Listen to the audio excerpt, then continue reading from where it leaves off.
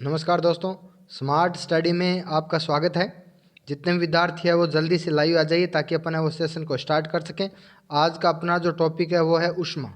ठीक है, आज का अपना जो टॉपिक है वो है ऊष्मा, और ऊष्मा से संबंधित जितने भी एग्जाम में क्वेश्चन बनते हैं वो अपन आज है वो डिस्कस कर लेंगे, और इनसे संबंधित तो पूर्णतः व्याख्या भी है वो अपन डिस्कस कर लेंगे।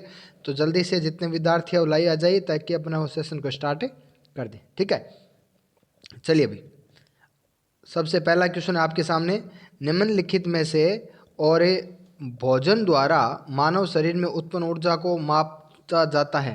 बताइए भाई, इनमें से और मानव भोजन द्वारा जो ऊर्जा उत्पन्न होती है उसको किस में मापा जाता है? वाट में, एम्पियर में, कैलोरी में या सेल्सियस में?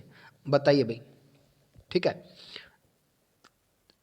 ठीक है, तो इसका सही जवाब हो जाएगा क्या? इसका सही जवाब हो जाएगा कैलोरी। इसका सही जवाब क्या हो जाएगा? कैलोरी हो जाएगा। ठीक है, देखिए वाट जो होता है वो अपने को पता है किसका मात्रक होता है? शक्ति का मात्रक होता है। ठीक है, और एम्पियर जो होता है वो किसका? विद्युत धारा का मात्रक होता है। और जो सेल्सियस है वो किसका? तापमान का मात्रक होता है। ठीक है, चलिए भाई अगला क्वेश्चन है, ऊष्मा किस में अंतर के परिणाम स्वरूप बहती है? हम जानते हैं कि ऊष्मा जो होती है वो हमेशा एक स्थान से दूसरे स्थान तक क्या होती है, और उसका परिवहन होता है। ठीक है, तो आप बताइए किसके अंदर अंतर होता है तब है वो ऊष्मा एक जगह से दूसरी जगह तक जाती है। ठीक है, घनत्व, द्रव्यमान, तापमान और बल। दीजिए जवाब।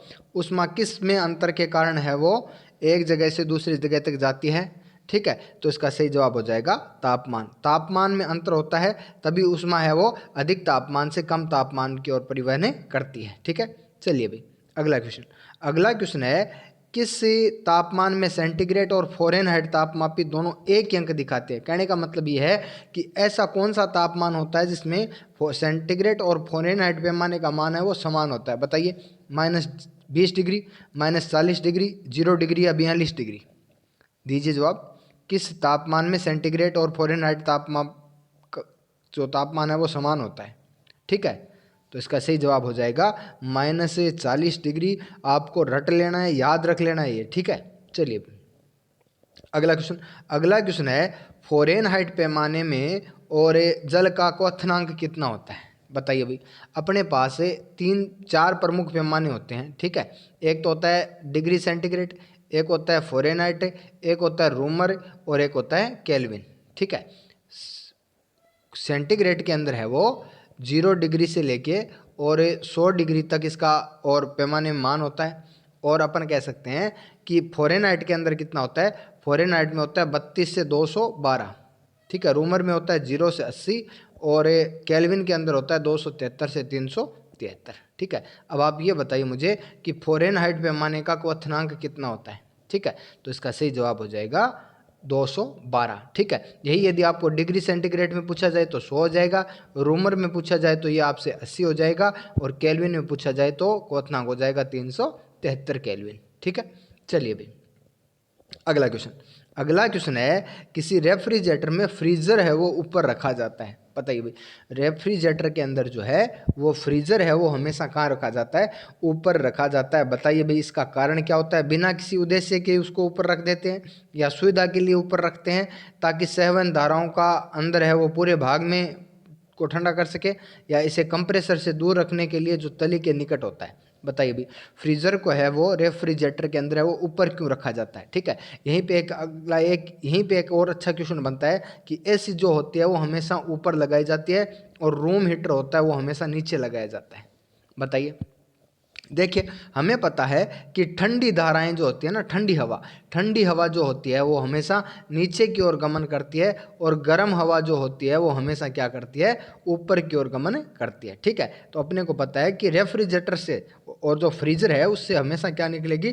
ठंडी, और अपन कह सकते हैं कि हवा निकलेगी। तो ठंडी धाराओं को है वो हमेशा नीचे की ओर प्रवाहित करने के लिए अपने को क्या करना पड़ता है? फ्रीजर को ऊपर लगाना पड़ता है। तो इसका सही जवाब हो जाएगा ताकि संवहन धाराओं का पूरे के अंदर क्या हो सके? परिवहन हो सके। ठीक है, तो इसका सही जवाब हो जाएगा सी। ठीक है, चलिए भाई अगला क्वेश्चन है कि एक साधारण जो घड़ी होती है गर्मी में है वो सुस्त हो जाती है क्योंकि उसके पेंडुलम की लंबाई। आपसे एग्जाम में सीधा क्वेश्चन पूछा जाता है कि गर्मी के अंदर है वो पेंडुलम की लंबाई पर क्या प्रभाव पड़ता है, या साधारण घड़ी जो है वो सुस्त क्यों हो जाती है, बताइए, दीजिए इसका जवाब। ठीक है, अपने को पता है कि गर्म जब कोई भी वस्तु का तापमान बढ़ता है तो उसके आयतन में क्या होती है, वृद्धि होती है।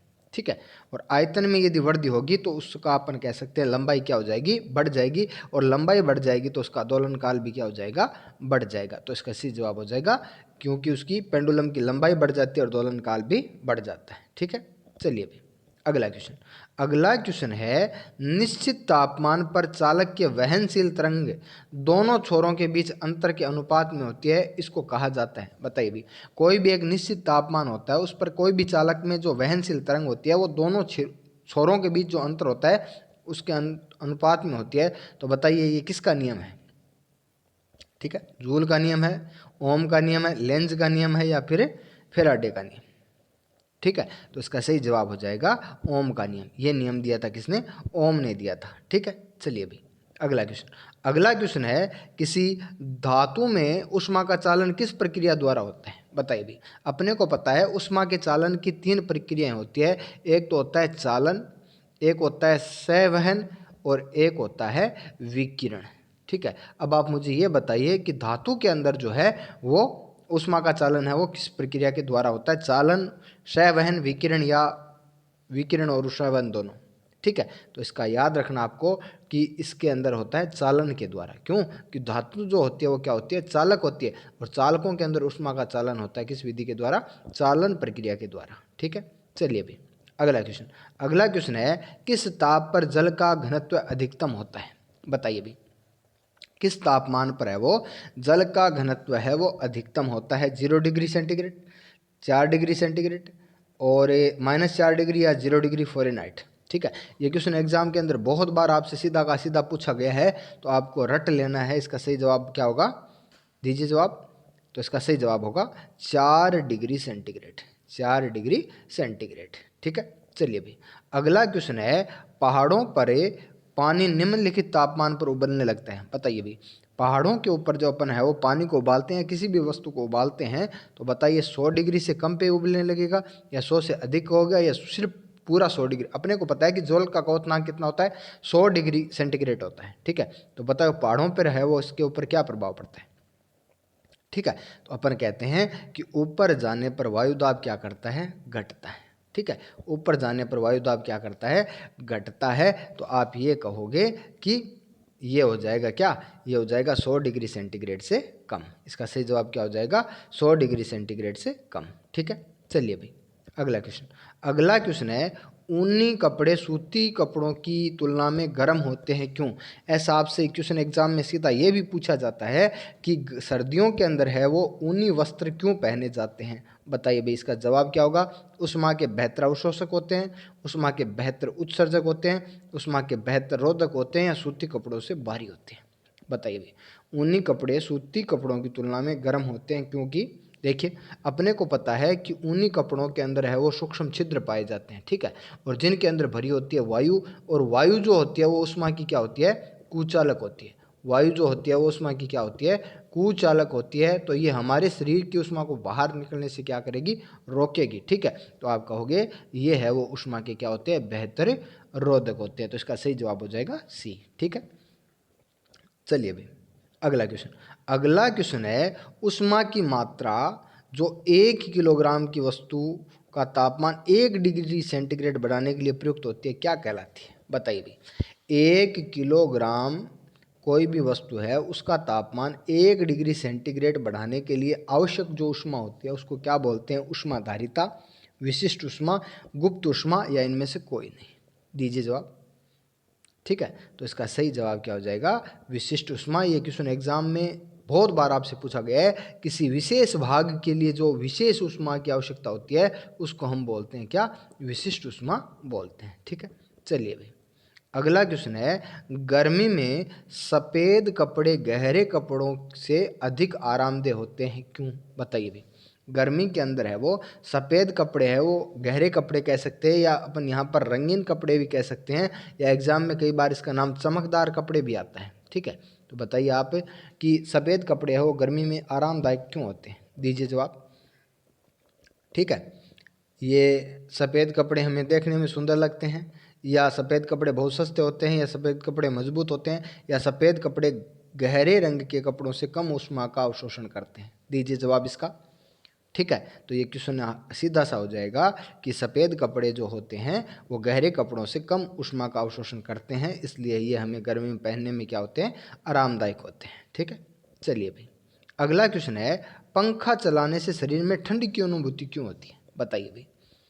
ठंड, पंखा चलाने पे हमारे शरीर के अंदर है वो ठंड की अनुभूति क्यों होती है?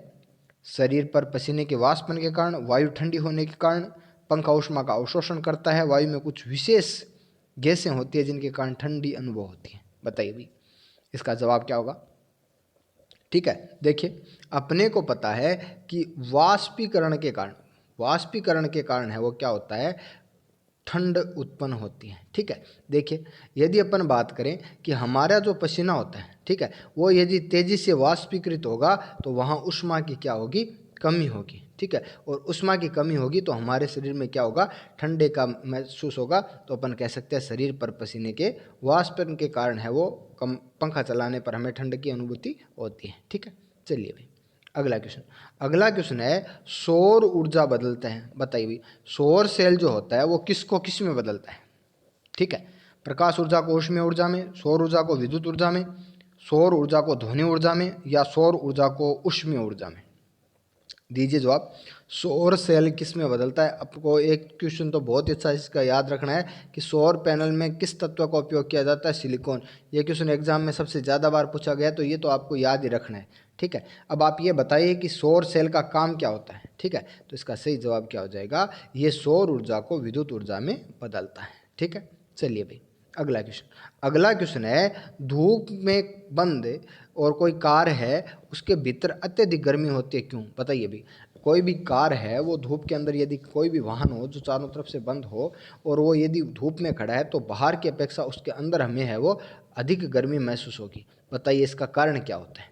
ठीक है, इसका कारण इंजन द्वारा उत्सर्जित ताप होगा, ग्रीन हाउस प्रभाव होगा, या भौतिक संरचना की सुचालक क्षमता होगी, या फिर इनमें से कोई नहीं। ठीक है, बताइए, दीजिए क्वेश्चन नंबर 16 का जवाब दीजिए। ठीक है, देखिए अपने को पता है कि कोई भी कार यदि धूप के अंदर खड़ी है तो जो उसके जो कांच होते हैं, ठीक है, वो उसके कारण है वो सूर्य का प्रकाश है वो अंदर आ जाएगा और जिसके कारण ऊष्मा उत्पन्न होगी। ठीक है, अब अपने को पता है कि कांच जो होते हैं वो ऊष्मा के क्या होते हैं, कुचालक होते हैं। ठीक है, कांच जो होते हैं वो ऊष्मा के कुचालक होते हैं, तो उसके अंदर बनने वाली जो ऊष्मा है वो बाहर नहीं आ पाएगी और उसके कारण उसका तापमान और क्या हो जाएगा, गर्म हो जाएगा, और इस प्रकार का प्रभाव क्या कहलाता है, ग्रीन हाउस प्रभाव कहलाता है। ठीक है, चलिए आपसे यदि क्वेश्चन पूछा जाए कि ग्रीन हाउस गैस, तो आपको याद रखना है कार्बन डाइऑक्साइड, और कार्बन डाइऑक्साइड के कारण है वो धरती का तापमान धीरे धीरे बढ़ रहा है। ठीक है, चलिए भाई अगला क्वेश्चन आपसे पूछा गया है कि पदार्थ को ऊष्मा देने पर और पदार्थ का आयतन बढ़ता है। देखिए पहली बात तो सीधी सी लाइन अभी हमने पीछे पेंडुलम वाला क्वेश्चन पढ़ा था, और आपको ये लाइन याद रखनी है कि ऊष्मा देने पर पदार्थ का है वो उस आयतन है वो बढ़ता है। ठीक है, क्योंकि तापमान बढ़ने पर पदार्थ के अणुओं के बीच की दूरी पर क्या प्रभाव पड़ेगा। देखिए यदि आयतन बढ़ रहा है तो बताइए पदार्थ के कण है वो पास पास आएंगे या दूर दूर जाएंगे, या कोई प्रभाव नहीं पड़ेगा, या पहले पास आएंगे फिर दूर जाएंगे। ठीक है, देखिए अपने को पता है कि यदि पानी को गर्म किया जाता है तो वो भाप में बदलता है, और भाप में बदलता है इसका मतलब उसके कण क्या करते जाते हैं, दूर दूर जाते हैं। इसका मतलब अपन कह सकते हैं कि तापमान बढ़ाने पर पदार्थ के अणुओं के बीच की दूरी क्या करती है, बढ़ती है, पदार्थ के अणुओं के बीच की दूरी बढ़ती है। ठीक है, चलिए भाई अगला क्वेश्चन है, बंद कमरे में चलते हुए रेफ्रिजरेटर को यदि दरवाजा खुला छोड़ दिया जाए तो बताइए कमरे के तापमान पर क्या प्रभाव पड़ेगा, बताइए। यदि कमरे के अंदर है, कोई भी बंद कमरा है उसके अंदर यदि रेफ्रिजरेटर का दरवाज़ा खुला छोड़ दिया जाए तो उसके तापमान पर क्या प्रभाव पड़ेगा। ठीक है, अब यदि अपन बात करें तो बताइए कमरा ठंडा हो जाएगा या तापमान गिर जाएगा या कमरे का तापमान कोई प्रभाव नहीं पड़ेगा या कमरा गर्म हो जाएगा। ठीक है, देखिए कमरे के अंदर यदि अपन रेफ्रिजरेटर को खुला छोड़ते हैं, ठीक है, तो वहाँ अपन कहते हैं कि कणों के बीच में लगातार गतिज ऊर्जा में क्या होगी, वृद्धि होगी। ठीक है, रेफ्रिजरेटर यदि खुला रहेगा तो कणों की गतिज ऊर्जा में वृद्धि होगी और कणों की गतिज ऊर्जा में वृद्धि होगी तो कण है वो आपस में टकराएंगे और हमें पता है कि कण यदि आपस में टकराएंगे तो उसके कारण क्या उत्पन्न होगी, ऊष्मा उत्पन्न होगी और यदि ऊष्मा उत्पन्न होगी तो कमरे क्या हो जाएगा, गर्म हो जाएगा। ठीक है, तो इसका सही जवाब हो जाएगा डी। ठीक है, चलिए भाई अगला क्वेश्चन है परम शून्य ताप का मान होता है। बताइए भी परम शून्य ताप क्या होता है, किसी पैमाने का प्रारंभिक मान होता है। निम्नतम तापमान जो सैद्धांतिक रूप से संभव है, वह तापमान जिस पर सभी द्रव्य पदार्थों को वाष्प पर जम जाते हैं, या वह तापक्रम जिस पर सभी पदार्थों को वाष्प अवस्था में पाए जाते हैं। बताइए भाई परम शून्य तापमान क्या होता है। ठीक है, यदि मैं बात करूं तो परम शून्य तापमान होता है -273.15 डिग्री सेंटीग्रेड या 0 केल्विन भी कह सकते हैं आप। 0 केल्विन है वो भी एक परम शून्य तापमान होता है और -273.15 डिग्री सेंटीग्रेड भी क्या होता है कि परम शून्य तापमान होता है। तो बताइए इस क्वेश्चन का जवाब क्या होगा।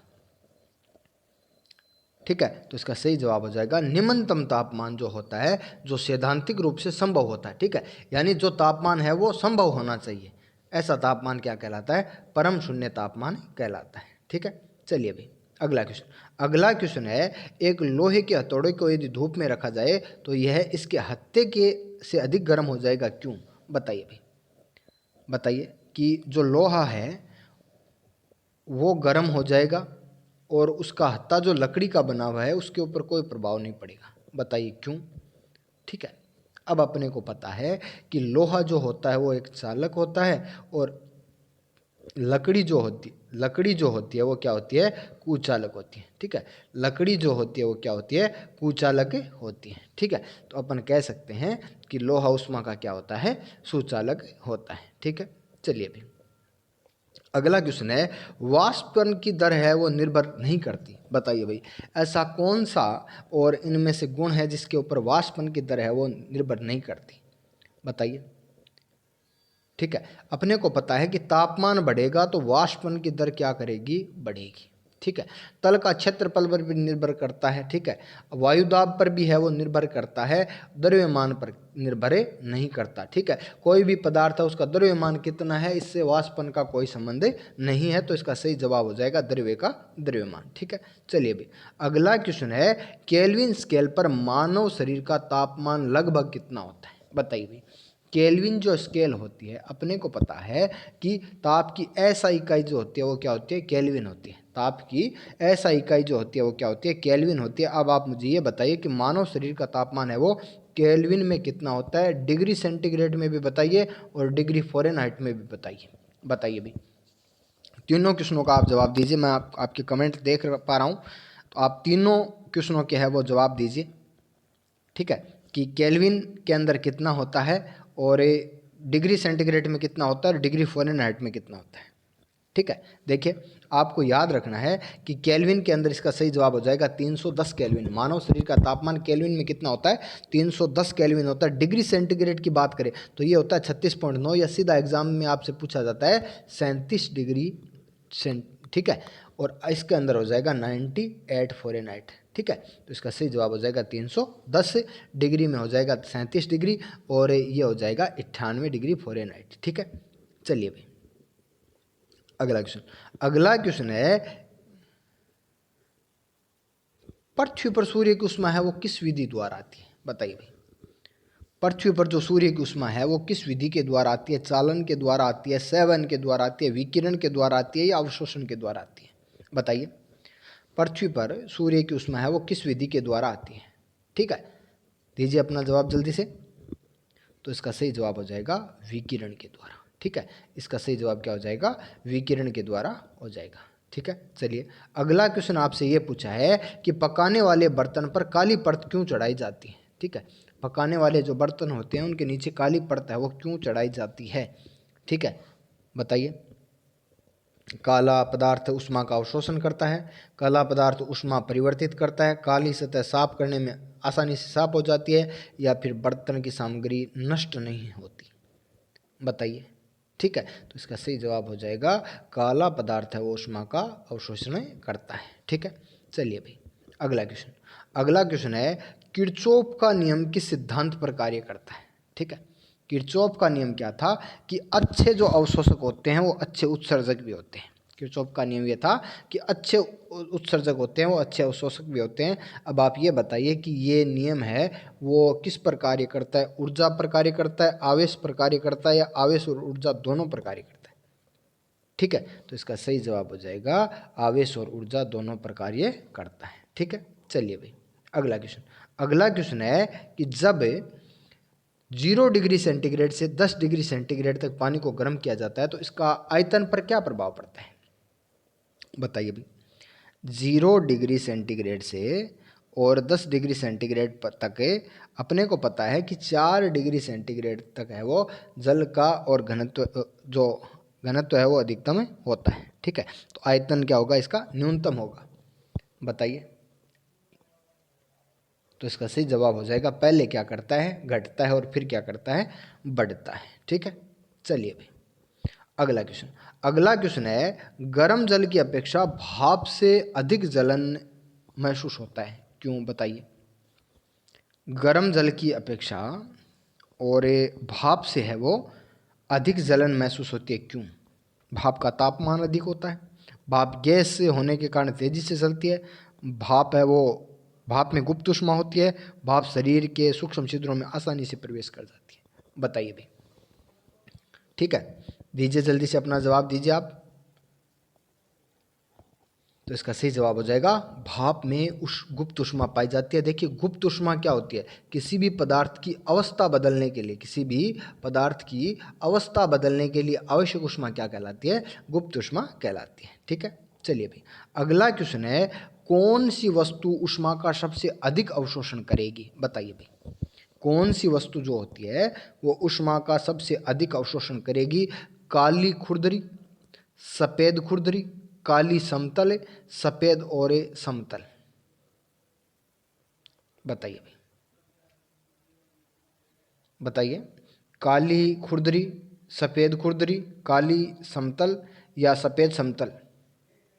ठीक है, तो इसका सही जवाब हो जाएगा काली और खुरदरी। ठीक है, आपसे ये भी कुछ पूछा जाता है कि जूते के ऊपर यदि आप पॉलिश करते हो, जूते के ऊपर आप पॉलिश करते हो तो वो ऊष्मा का अवशोषण कम करते हैं। ठीक है, ठीक है, तो अपन कह सकते हैं काली और खुरदरी सतह वो ऊष्मा का सबसे अधिक अवशोषण करती हैं। ठीक है, चलिए भाई अगला क्वेश्चन है ठंडे मौसम में पानी के पाइप क्यों घट जाते हैं।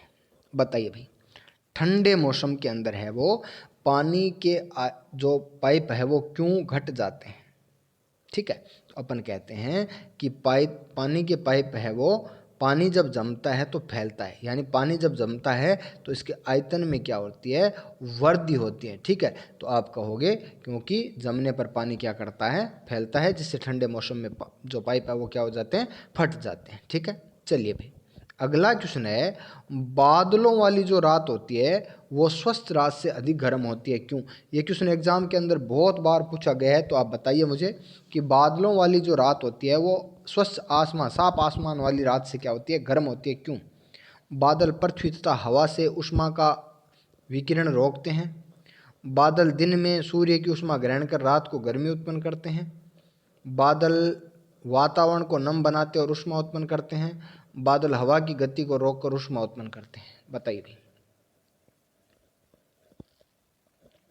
ठीक है, तो अपन कहते हैं कि दिन में जब सूर्य का प्रकाश होगा, दिन में जो सूर्य का प्रकाश जो होगा उसके कारण ऊष्मा उत्पन्न होगी। ठीक है, और रात में जब वायुमंडल में सूर्य की अनुपस्थिति होगी तो उस टाइम में ऊष्मा है वो वापस ऊपर की ओर गमन करेगी, लेकिन बादल क्या करेंगे, ऊष्मा विकिरण को क्या कर लेते हैं, रोक लेते हैं। बादल जो है वो ऊष्मा विकिरण को रोक लेते हैं, जिसके कारण है वो क्या होती है, ठीक है, जिसके कारण क्या होती है, ऊष्मा के कारण ही बादलों वाली रात जो होती है उसमें साफ आसमान वाली रात से क्या होती है, अधिक गर्म होती है। ठीक है, अब मेरा एक क्वेश्चन है जो आप सभी को क्या करना है, कमेंट बॉक्स में टाइप करके बताना है कि बताइए रेगिस्तान के अंदर है ना, रेगिस्तान, रेगिस्तान के अंदर है वो दिन गर्म होती है और रातें ठंडी होती है। ये क्वेश्चन भी एग्जाम में कई बार पूछा गया है। जल्दी से इसका जवाब दीजिए, फिर मैं आपको बताता हूँ। बताइए, रेगिस्तान में दिन गर्म होते हैं और रातें ठंडी क्यों होती है? रेगिस्तान में दिन गर्म होती हैं और रातें क्या होती हैं? ठंडी होती हैं, क्यों? ठीक है, तो ये क्वेश्चन एग्जाम में कई बार पूछा गया, तो आपको याद रखना है। रेगिस्तान में सूर्य के प्रकाश की उपस्थिति के कारण दिन में क्या हो जाती है, रेत है वो अधिक गर्म हो जाती है, लेकिन रात को रेत जितनी जल्दी गर्म होती है उतनी जल्दी क्या होती है, ठंडी होती है। ठीक है, रेत जो होती है वो जितनी जल्दी गर्म होती है उतनी जल्दी क्या होती है, ठंडी होती है। इसलिए रेगिस्तान के अंदर रातें हैं वो ठंडी होती है, दिन क्या होती है, गर्म होती है। ठीक है, देखिए दोस्तों, उष्मा से संबंधित जो इंपॉर्टेंट क्वेश्चन एग्जाम की दृष्टि से बनते थे वो हमने क्या कर लिए, डिस्कस कर लिए हैं। ठीक है, और भी जो क्वेश्चन है वो आगे है। इसके अंदर जो उष्मा परिवर्तन वाला क्वेश्चन एक टाइप का इसके अंदर बनता है कि उष्मा जो है सेल्सियस पैमाने में इतनी है तो फ़ारेनहाइट पैमाने में कितनी होगी। इस प्रकार के जो क्वेश्चन है वो एक विशेष क्लास के द्वारा वो आपको करवा दिए जाएंगे। ठीक है, तो जल्दी से आप कमेंट बॉक्स के अंदर बता दीजिए कि आपके कितने क्वेश्चन है वो सही हो रहे हैं। ठीक है, जल्दी से आप बता दीजिए कि आपके कितने क्वेश्चन है वो सही हो रहे हैं। चलिए मिलते हैं नेक्स्ट टेस्ट के अंदर।